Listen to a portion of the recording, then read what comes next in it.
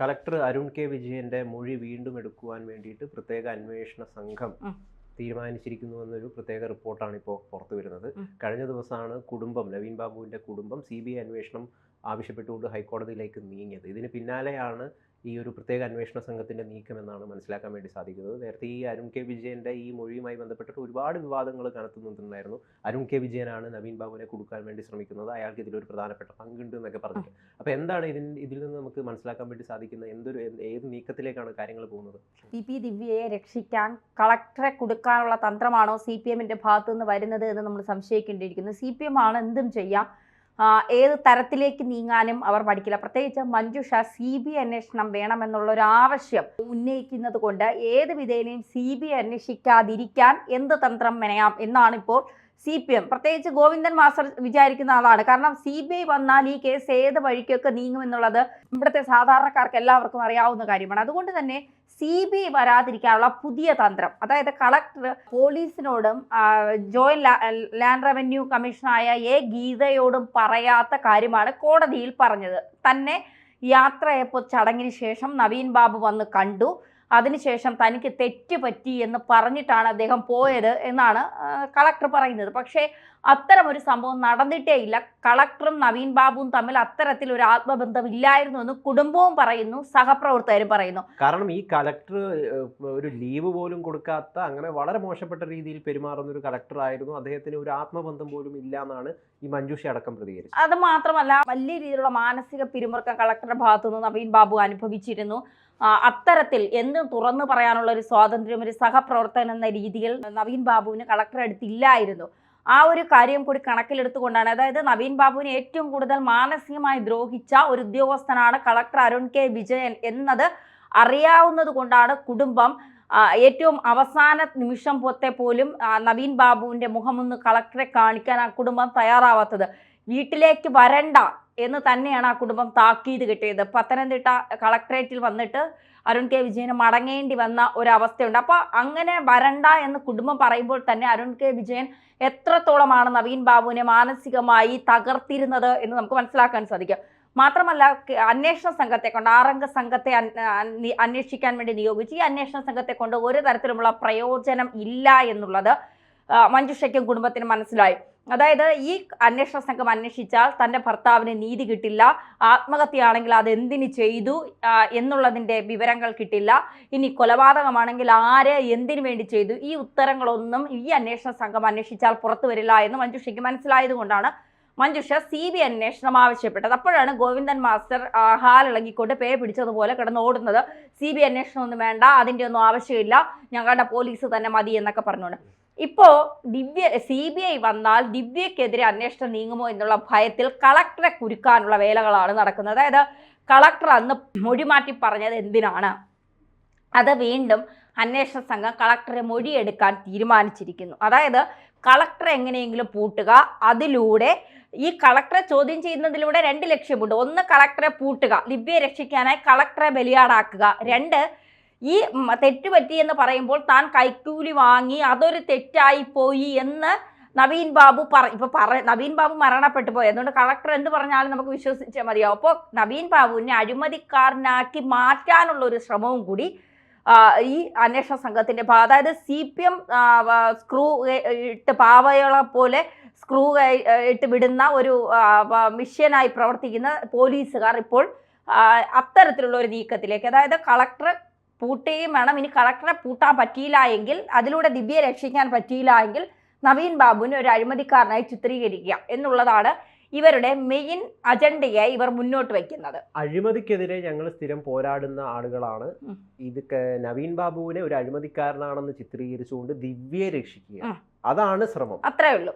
കാരണം ദിവ്യ എന്ന് പറയുന്നത് കണ്ണൂരിലെ ശക്തിയായ ഒരു വനിതാ നേതാവാണ്.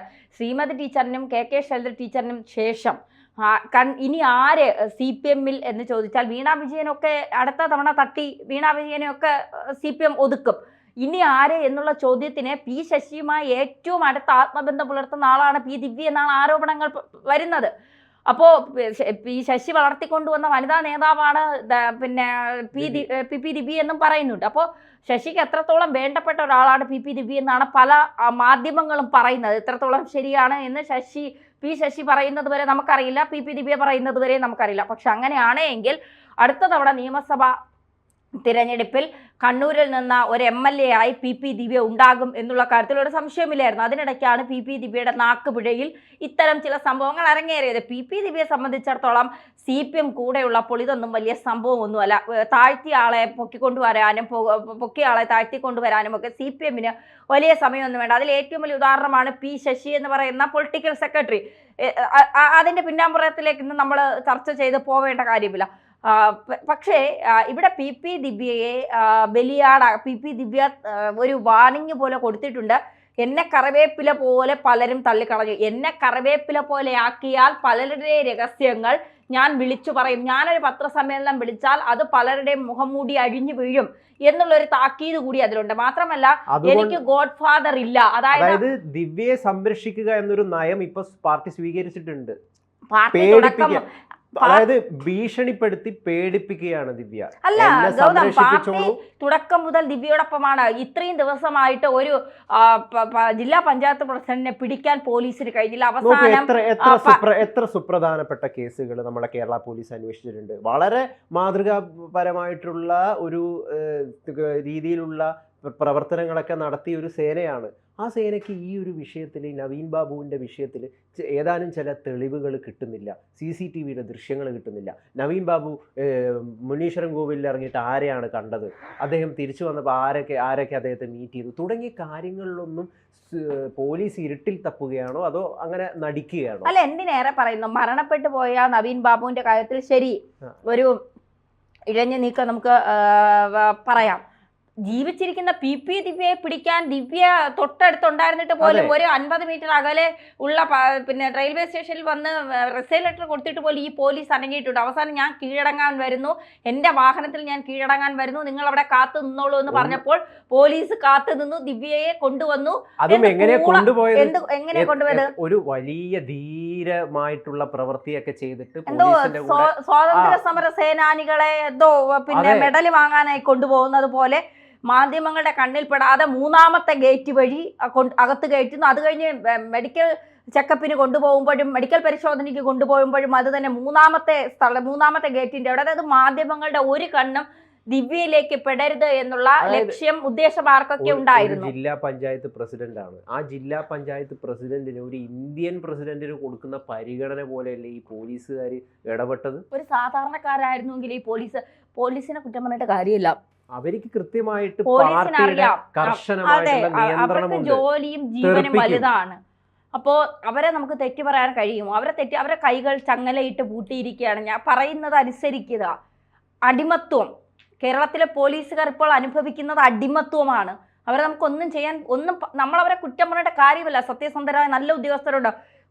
പിന്നെ കൂടത്തായി കേസ് സൈമൺ, പിന്നെ അങ്ങനെ പേരെടുത്ത് പറയാൻ എത്ര നല്ല ഉദ്യോഗസ്ഥർ, ജേക്കബ് തോമസ്, TP സെൻകുമാർ, പിന്നെ ആരൊക്കെ, ലോക്നാഥ് ബെഹ്റ, പേരെടുത്ത് പറയാൻ എഫിഷ്യന്റ് ആയ വലുതും ചെറുതുമായ ഈവൻ കോൺസ്റ്റബിൾമാർ ഉൾപ്പെടെ ഉള്ളവരെ കുറിച്ചാണ് ഞാൻ പറയുന്നത്. അവരുൾപ്പെടെ അങ്ങ് മേലത്തട്ടിലിരിക്കുന്ന ഋഷിരാജ് സിംഗ്, എഫിഷ്യന്റ് എത്ര പോലീസ് ഉദ്യോഗസ്ഥർ, അവരൊക്കെ ഇപ്പോൾ കേന്ദ്ര IPS ആ വിഭാഗത്തിൽപ്പെട്ടവരാണെങ്കിൽ പോലും എത്ര ഉദ്യോഗസ്ഥരുണ്ട്. അവരുടെയൊക്കെ കൈകളൊക്കെ ചങ്ങലയിട്ട് വച്ചേക്കുക. ജേക്കബ് തോമസിനെയൊക്കെ ഏത് രീതിയിലുള്ള അച്ചടക്ക ഇതിനാണ് ഇവർ വിധേയമാക്കിയെന്ന് നമുക്കറിയാം. അദ്ദേഹം ഒരു പുസ്തകം വരെ എഴുതിയിട്ടുണ്ട്. അതിന്റെ പേരെന്താ, പരൽമീനുകൾ നീന്തുന്നു, അങ്ങനെ എന്തോ ഒരു, അദ്ദേഹത്തെ അല്ലേ അവർ കൂട്ടിലിട്ട തത്തേന്ന് വിളിച്ചത്. അതെ. അപ്പൊ അങ്ങനെ എന്താണ് ഒരുപാട് പോലീസ് ഉദ്യോഗസ്ഥർക്കെതിരെ പാർട്ടിക്കെതിരെ നിലപാടെടുത്തതിന്റെ പേരിൽ, അവർക്കെതിരെ നീങ്ങിയതിന്റെ പേരിൽ പ്രൊമോഷൻ വരെ കട്ട് ചെയ്ത് സസ്പെൻഷൻ നൽകിയിട്ടുള്ള ഒരുപാട് ഇതുണ്ട്. അപ്പൊ പാർട്ടി ഇപ്പൊ നമ്മളിപ്പോ CPMനെ രക്ഷിക്കൂ എന്ന് പറഞ്ഞിട്ട് ഇപ്പോ എന്താണ് കുറെ അധികം നേതാക്കൾ ഇപ്പോ തെരുവിലിറങ്ങിയിട്ടായിരിക്കും കൊല്ലത്ത്. അതായത് പാർട്ടിക്കുള്ളിൽ നിന്ന് പോലും എന്താണ് ഇവർക്കെതിരെ അവസരങ്ങൾ ഉയർന്നു തുടങ്ങിയിരിക്കുന്നു എന്നുള്ളതാണ്. അതെ, അത് ഇവർ മനസ്സിലാക്കുന്നില്ല. ഈ നവീൻ ബാബുവിന്റെ വിഷയത്തിൽ പാർട്ടി കൃത്യമായ നിലപാട് സ്വീകരിച്ചില്ല. ആരെങ്കിലും രക്ഷിക്കാനുള്ള നിലപാടാണ് പാർട്ടി സ്വീകരിക്കുന്നതെങ്കിൽ തീർച്ചയായിട്ടും പാർട്ടിക്ക് ഇത് വലിയ തിരിച്ചടി ഉണ്ടാകും.